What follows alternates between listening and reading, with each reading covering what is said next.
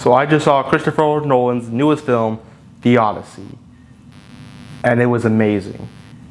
Now, before I talk about The Odyssey, what do I think of Christopher Nolan? I think he's one of the greatest directors alive. I know, very generic opinion, but like him or hate his style, he makes great movies. Oh, I love Memento, I love The Dark Knight, I love Inception, I love Dunkirk, I love Oppenheimer, and I love The Odyssey. I think this movie stands up with those masterpieces. In fact, I even say it's better than Inception, honestly. Yeah, I like the movie that much. But again, he does have a few problems with his style that I do have. Some of the complaints I think about his style, like the way he tells stories out of order, or like his reliance on practical effects, I usually don't mind. In fact, I actually quite like those two aspects of his films a lot. But there are some that do piss me off. Before I get to those, let's talk about the movie itself. And again, why is this movie so great? Well, again, like I said, I actually like the out of order storytelling. One, it's actually part of the book, which I did read, and I think it's a good book. I think it actually helps the stories, like especially like some reveals, like the out of order storytelling leads to some great reveals, especially with Zendaya's character. And again, the practical effects look amazing. Like some of the scenes where he's shot on water, like so many directors these days after movies like Jaws and Waterworld were nightmares to film, try everything in their power to avoid water, and especially in the ocean. But Christopher Nolan said, "Nah, I ain't no pussy," and decided to do it anyways. And again, it looks amazing. Like again, I reviewed Moana, and I also mentioned in the review, but in comparison, it's night and day. This movie looks like it cost $250 million. That movie looks like it cost $50 million. Like in terms of looks, it's so much better. So also like even things that do CGI, like the Cyclops. Okay, if you say spoilers, well, it's like a thousands of years old book. It's old in the Bible. I think you should know this basic stuff. Yes, there's a Cyclops, there's a witch.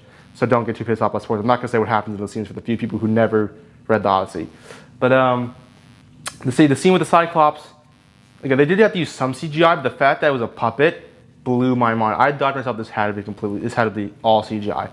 The fact that they actually used some practical effects, which again, shows that how much he cares to make you feel immersed in this world, and it does so. You feel not just the effects, the practical effects, it's also the way he shoots scenes. Like there's one scene especially where they're on like in the middle of a storm, pitch black night, and it's like the whole scene is shot on the boat from the crew's perspective. It really makes you feel the fear, like all around is just pitch blackness, which again it would be because it's nighttime. They didn't have flashlights; they had lanterns only.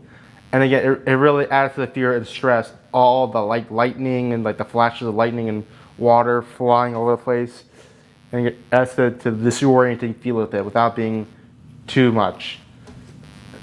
And again, all scenes where the Cyclops is always shot from like the human's level that makes him look so much bigger. Again, that's a very common tactic that we've seen many times, but it's always so effective in making you feel like how huge these things are.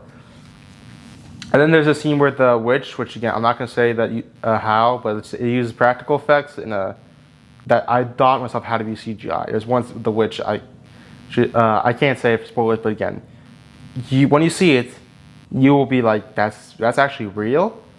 There's so many scenes like that. But again, the biggest controversy of the movie was the casting.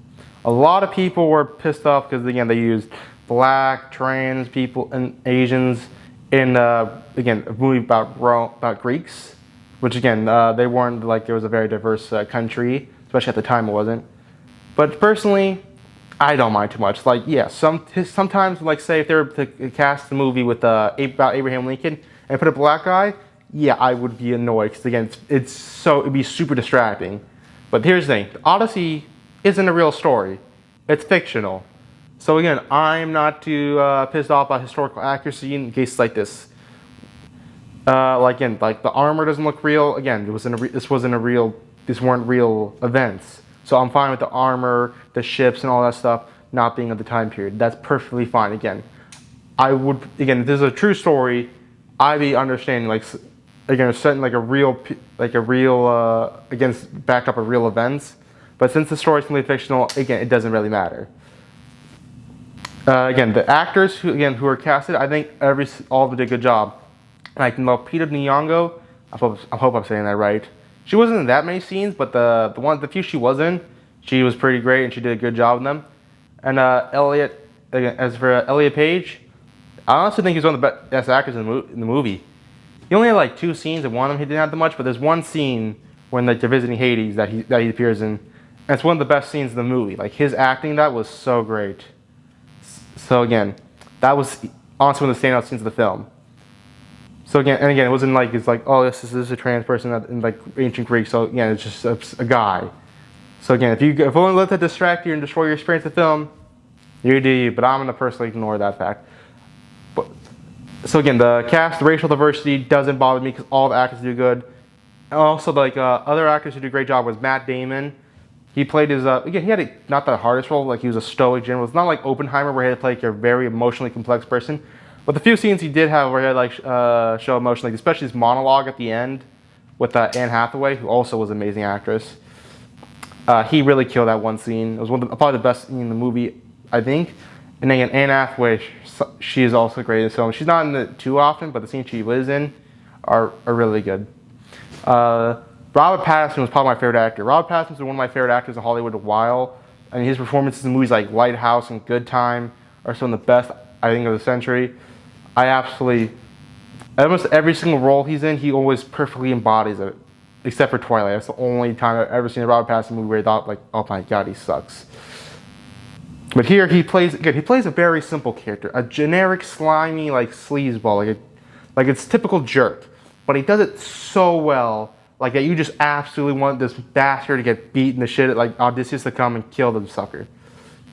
Again, he plays it so good. The only actor I really didn't care for was Tom Holland. He wasn't bad per se, but he wasn't like good. Like he was just fine. Like no scene had a problem with him. But again, he wasn't like there was no scene strategy, but I feel like there's so many other actors that they could have gotten like smaller names that would have done better in that role. Another great actor was John Leguizamo as the blind guy. Again, a small minor role, but he played it so perfectly. And again, even Travis Scott, like he only showed like 2 scenes, but I really liked his. I think he did a good job with the 2 scenes he had.